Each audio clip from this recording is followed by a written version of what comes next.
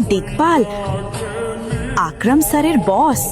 জানো, ওদের সাথে দেখা করতে বছরের পর বছর অপেক্ষা করতে হয়। হলো মিস্টার দিকপাল অভিনবকে চিনে ফেলল।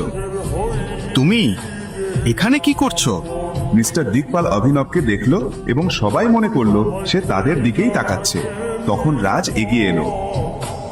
অভিনব মিস্টার দিকপালকে অগ্রাহ্য করে মেন গেটের দিকে হাঁটতে লাগলো। ম্যানেজার, ওর এবং বাকিদের বিল আমার অ্যাকাউন্টে ট্রান্সফার করে দিন।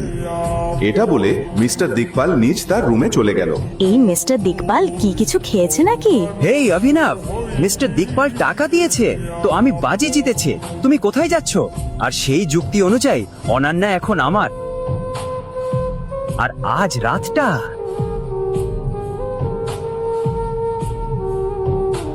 দেখো রাজ, ফোনটা দাও আমাকে।